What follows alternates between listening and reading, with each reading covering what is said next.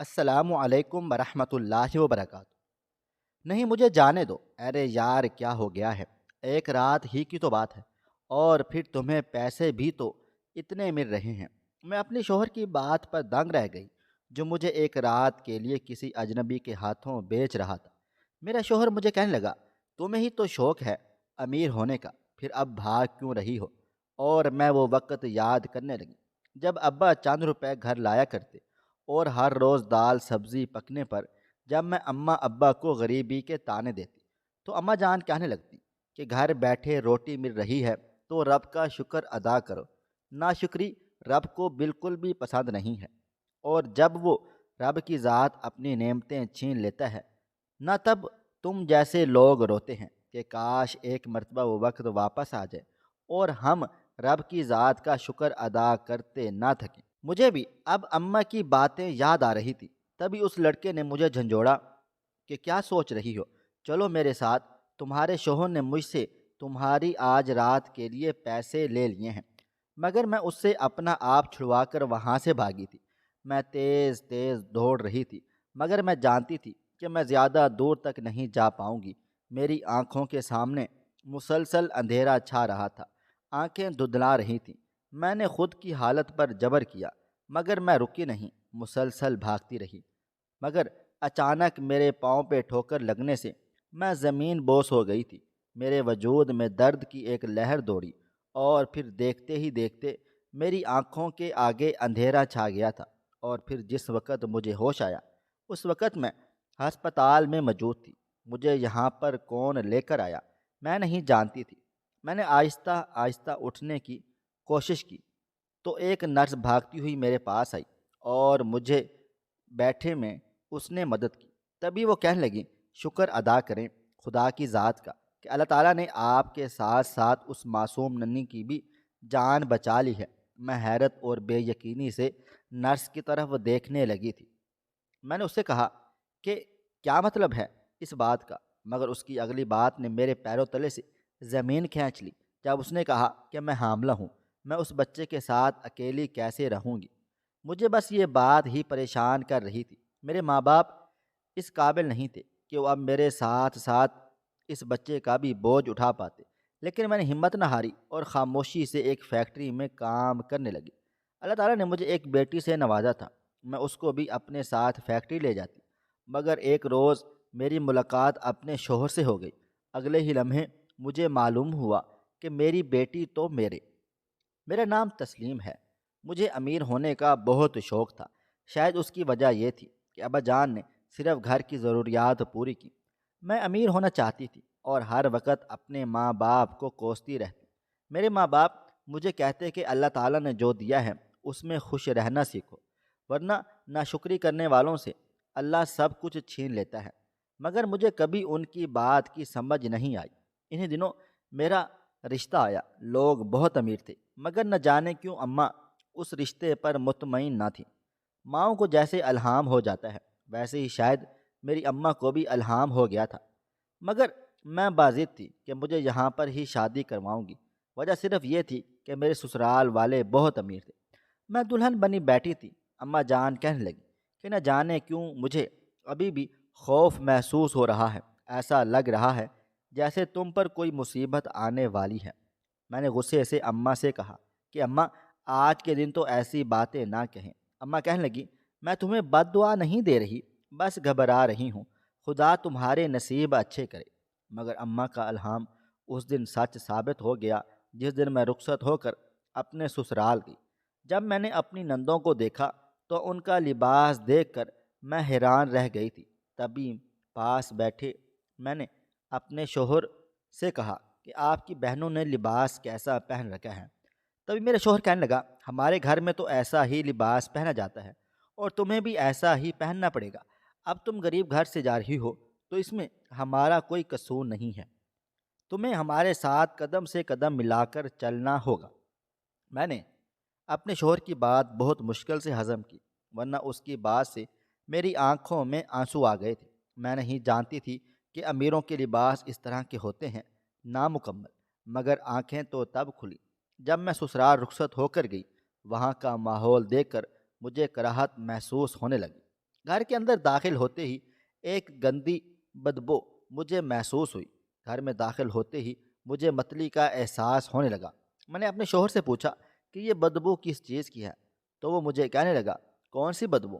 اس وقت نہ جانے کیوں مجھے اس کی نظروں میں بیزاری محسوس ہوئی تھی، کیونکہ وہ لوگ آزاد خیال تھے، مگر اماں ابا نے تو میری ایسی تربیت نہیں کی تھی۔ میری ساس پہلے ہی روز میرے پاس جو لباس لے کر آئی، ان کے نہ تو بازو تھے اور نہ ہی وہ پوری قمیض تھی۔ میں نے اپنی ساس سے کہا کہ میں اس طرح کا لباس نہیں پہنتی، تو میری ساس مجھ سے خفا ہونے لگی اور مجھے باتیں سنانے لگی۔ میرے میکی کی طرف سے مجھے تانے دینے لگی۔ ساس کی باتیں مجھے بہت بری لگ رہی تھی۔ تبھی میں نے اپنے شوہر کو ساس کی شکایت کی اور ان سے کہا کہ میں ہرگز یہ نازیبا لباس نہیں پہنوں گی۔ میرا شوہر مجھ پر غصہ کرنے لگا اور کہنے لگا، ہم لوگ ماڈرن ہیں، اگر تمہیں اس گھر میں رہنا ہے تو ایسا ہی لباس پہننا پڑے گا۔ اسی روز سے مجھے وہی لباس پہننا پڑا جیسا میرا شوہر چاہتے تھے، مگر معاملہ ابھی یہاں پر ختم نہ ہوا تھا۔ میری ساس ہر دوسرے روز مجھے پارٹیوں میں لے کر جاتی تھی، مگر مجھے پارٹیوں میں جانا اچھا نہیں لگتا تھا۔ وجہ صرف یہ تھی کہ میں ایسے ماحول سے نہیں آئی تھی۔ اماں صرف مجھے ہمیشہ یہی کہتی تھی کہ امیروں کے گھر بسنا آسان کام نہیں ہے۔ تمہیں کیا لگتا ہے کہ امیروں کے گھر صرف پیسے ہی ملتے ہیں؟ ان کے ساتھ زندگی گزارنا، ان کے مطابق زندگی گزارنا بہت مشکل کام ہے۔ مگر مجھے لگتا تھا کہ شاید اماں جان بوجھ کے یہ سب کچھ کرتی ہیں۔ ایک وقت تو ایسا بھی آیا کہ مجھے ایسا لگنے لگا کہ شاید اماں جان مجھ سے حسد کرنے لگی ہیں، مگر میں کتنی بے وقوف تھی، بھلا مائیں بھی بچوں سے حسد کرتی ہیں؟ میں بے تحاشا خوبصورت تھی۔ میرے سسرال والے بہت رئیس تھے۔ شادی کے بعد سسرال کا کھلا ماحول مجھے ناگوار لگتا۔ ایک روز ہمارے گھر ایک عجیب سا ماحول بنا ہوا تھا۔ لڑکے لڑکیاں گھر میں آ رہے تھے۔ مجھے سمجھ نہیں آئی کہ آخر ایسا کیوں ہو رہا ہے۔ میرا شوہر کمرے میں آیا تو مجھے کہنے لگا، تمہیں باہر آنے کی ضرورت نہیں ہے، کمرے میں ہی رہنا۔ میں کافی حیران ہوئی۔ میں نے اپنے شوہر سے کہا، ایسا بھی کیا ہے باہر، کیونکہ مجھے باہر آنے کی اجازت نہیں ہے۔ تبھی میرا شوہر کہنے لگا، باہر ایک پارٹی ہے، وہاں پر پڑھے لکھے لوگوں کے بچے آ رہے ہیں، اب تم ان میں ان پڑھ ہو اور تمہیں تو کپڑے پہننے کی بھی تمیز نہیں ہے، اس لیے باہر آ کر میری انسلٹ مت کروانا۔ میرے شوہر نے میری اتنی بے عزتی کی کہ میری آنکھیں ہی بھر آئیں۔ اس روز میں نے خود سے وعدہ کیا تھا کہ اب میں اسے اپنے شوہر کے مطابق زندگی گزاروں گی، جیسے میرا شوہر کہے گا ویسا ہی کروں گی، پھر چاہے مجھے اس کے لیے کچھ بھی کرنا پڑے۔ میرے شوہر نے مجھے جیسے کپڑے پہننے کے لیے دیے، میں نے ویسے کپڑے پہننا شروع کر دیا تھا۔ چال ڈھال بول چال سب کچھ اپنی شوہر کی مرضی سے کرنے لگی تھی۔ اب کچھ جا کر شادی کے 4 سال بعد مجھے ان میں رہنا آیا تھا۔ اب میں ان کی طرح لباس زیب تن کرنے لگی تھی۔ اب میرا شوہر بھی مجھ سے راضی تھا اور سسرال والے بھی۔ ایک دن شوہر ایک پارٹی میں لے گیا، وہاں جا کر بے پاک لڑکیوں کے ساتھ ڈانس کرنے لگا، جبکہ میں کونے میں بیٹھ گئی۔ مگر ابھی بھی مجھے نہ جانے کیوں جب میرا شوہر کسی لڑکی کے ساتھ بات چیت کرتا یا بے پاک انداز میں ڈانس کرتا تو مجھے بہت برا لگتا تھا۔ میں ایک جگہ پر بیٹھی اپنے شوہر کو دیکھ رہی تھی، جس میں ایک مرتبہ پھر مجھے اپنے ساتھ آنے کو نہیں کہا تھا۔ تبھی میرے شوہر کے پاس ایک لڑکا آیا اور وہ ایک کونے میں ہو کر آپس میں بات چیت کرنے لگے۔ وہ کیا بات کر رہے تھے میں نہیں جانتی تھی۔ اچانک ایک نوجوان آیا اور میرا ہاتھ پکڑ کر کھینچنے لگا تھا۔ میں اس کی حرکت پہ کافی حیران تھی کہ آخر وہ کیا کر رہا ہے۔ مجھے لگا کہ شاید وہ ڈانس کے لیے مجھے بلا رہا تھا۔ میں نے اسے جیسے ہی انکار کیا تو وہ مجھ سے بھڑک اٹھا اور کہنے لگا کہ تم سمجھتی کیا ہو خود کو، ایک تو استعمال شدہ ہو، پھر بھی میں نے تمہارے پیسے دیے ہیں۔ میں نے سوالیہ نظروں سے اس کی طرف دیکھا۔ مجھے اس کی بات کی سمجھ نہیں آ رہی تھی، آخر وہ کہنا کیا چاہ رہا ہے۔ اس سے پہلے کہ میں کچھ سمجھ پاتی، اچانک شوہر نے آ کر کان میں ایک ایسی بات کہی کہ میرے پیروں تلے سے زمین نکل گئی تھی، کیونکہ آج رات وہ مجھے اس لڑکے کے آگے بیچ چکا تھا اور ایک رات کے اس نے پیسے دیے تھے۔ مجھے تو ابھی تک یقین ہی نہیں آ رہا تھا۔ اس سے پہلے میں کچھ سمجھ سکتی، تبھی میرا شوہر مجھ پر غرایا تھا اور کہنے لگا، اب میں مزید تمہارا بوجھ نہیں اٹھا سکتا، اب اپنا بوجھ خود اٹھاؤ۔ میں تمہیں 2 وقت کی روٹی تب ہی دوں گا جب تم مجھے فائدہ پہنچاؤ گی۔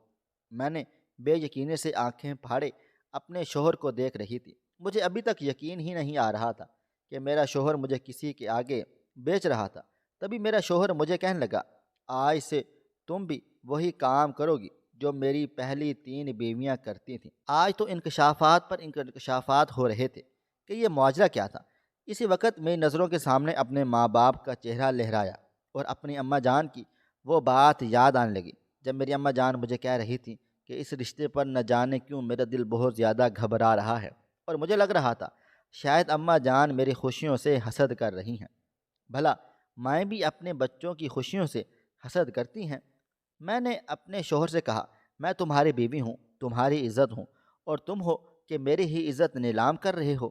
میری بات پر میرا شوہر کہکا لگا کر زوردار ہنس پڑا اور میری آنکھوں میں آنسو تھے۔ تبھی میرا شوہر مجھے کہنے لگا، میرے سامنے یہ فلمی باتیں کرنے کا کوئی فائدہ نہیں ہے۔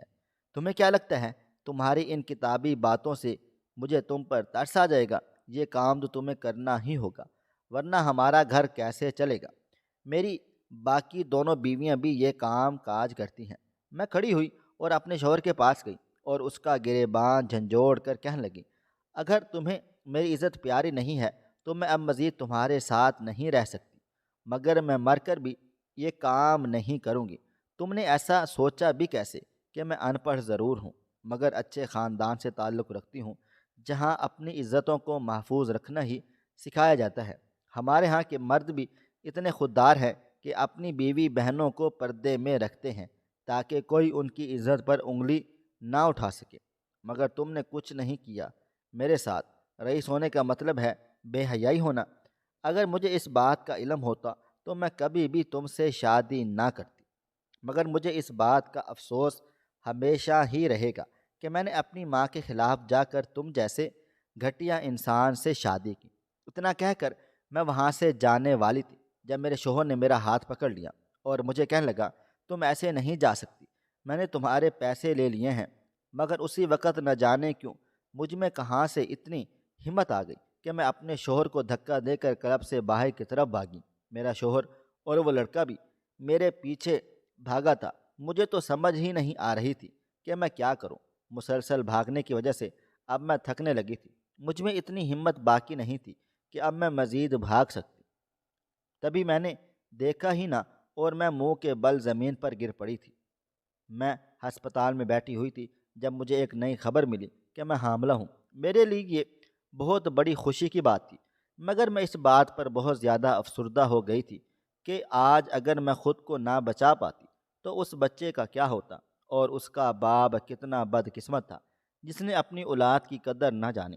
تھک ہار کر میں نے ایک فیکٹری میں نوکری کرنا شروع کر دی۔ میں اپنی بچی کو اور خود کو چھپاتی پھرتی تھی۔ میں اپنی اماں کے گھر نہیں جانا چاہتی تھی، مگر میرے پاس سر چھپانے کے لیے کوئی جگہ موجود نہ تھی۔ میں فیکٹری میں کام کرتی تھی، مگر مجھے یہی ڈر تھا کہ کہیں میرا شوہر مجھے ڈھونڈ نہ لے، اور ایک روز میرا ڈر حقیقت میں بدل گیا جب میرے شوہر نے مجھے فیکٹری میں دیکھ لیا۔ میں اپنا چہرہ چھپا کر وہاں سے نکلنے کو تیار تھی جب میرا شوہر میرے سامنے آیا اور میرے ساتھ ایک بچی کو دیکھ کر اس کی آنکھوں میں چمک آئی۔ اس نے فوری طور پر میرے ہاتھوں سے میری بچی کو چھینا۔ میں چیختی چلاتی رہے گی، پورا عملہ میرے ساتھ کھڑا تھا۔ میں نے اپنے شوہر سے کہا، تم نے جو میرے ساتھ کیا وہ کافی نہیں تھا جو اب میری بچی کو بھی مجھ سے چھین رہے ہو۔ تبھی وہ کہنے لگا کہ ماں نہ صحیح بیٹی ہی صحیح، جب یہ جوان ہوگی تو اس کو کاروبار پر لگا دوں گا اور اس کو پالنے کے پیسے وصول کروں گا۔ میں حیران رہ گئی تھی، مجھے یقین ہی نہیں آ رہا تھا کہ میرا شوہر اس قدر بے حس ہو سکتا ہے۔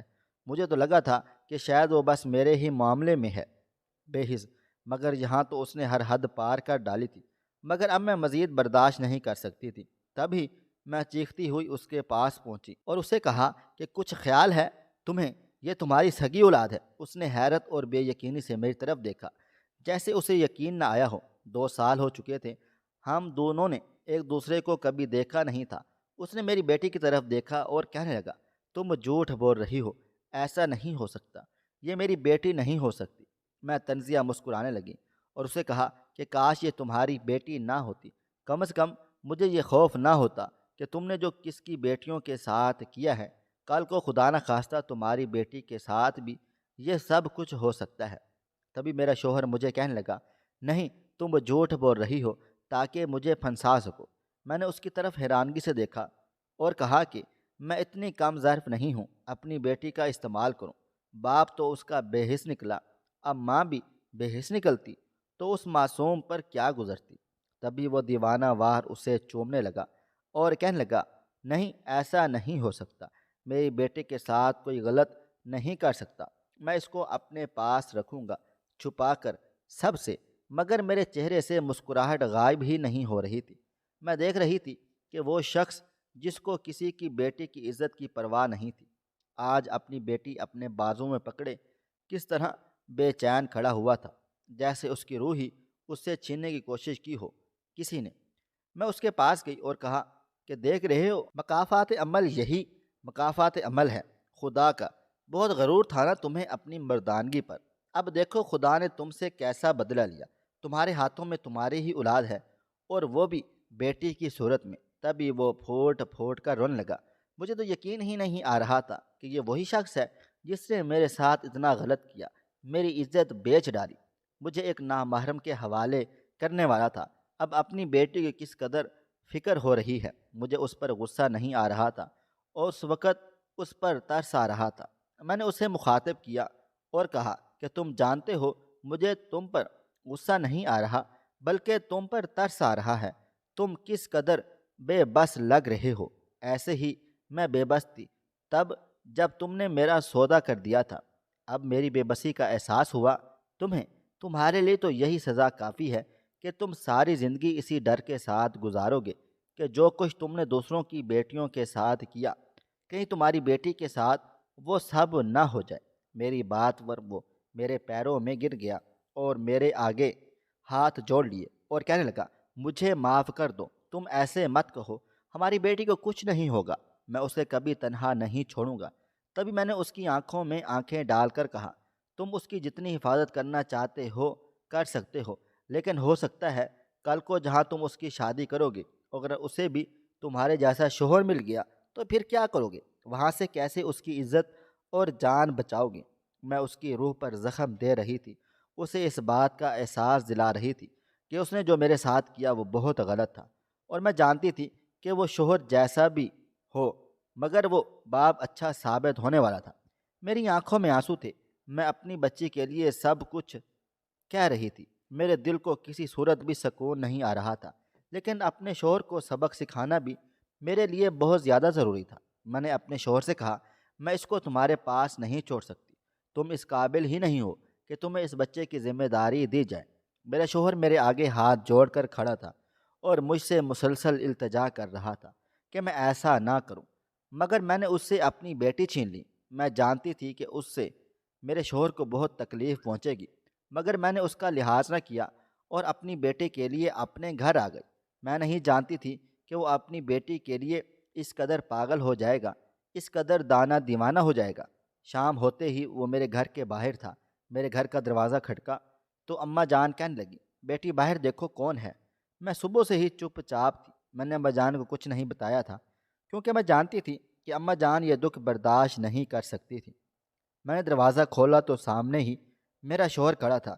میں حیران رہ گئی، مجھے امید نہیں تھی کہ وہ یہاں تک آ جائے گا۔ میں نے اس سے کہا، تم جہاں سے آئے ہو وہاں پر واپس چلے جاؤ، کیونکہ تم جو امید میرے پاس لے کر آئے ہو وہ کبھی پوری نہیں ہو سکتی۔ میری بیٹی کی طرف تم نظر بھی اٹھا کر مت دیکھنا۔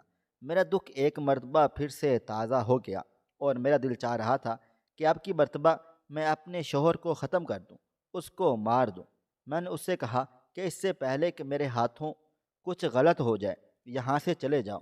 تبھی وہ میرے آگے ہاتھ جوڑنے لگا اور آنسوؤں کے ساتھ رونے لگا اور کہنے لگا، ایک مرتبہ مجھے معاف کر دو، مجھے اپنی غلطی کا، اپنے گناہ کا احساس ہو گیا ہے، تم اللہ تعالیٰ کی رضا کے لیے ایک مرتبہ بھی مجھے معاف نہیں کرو گی؟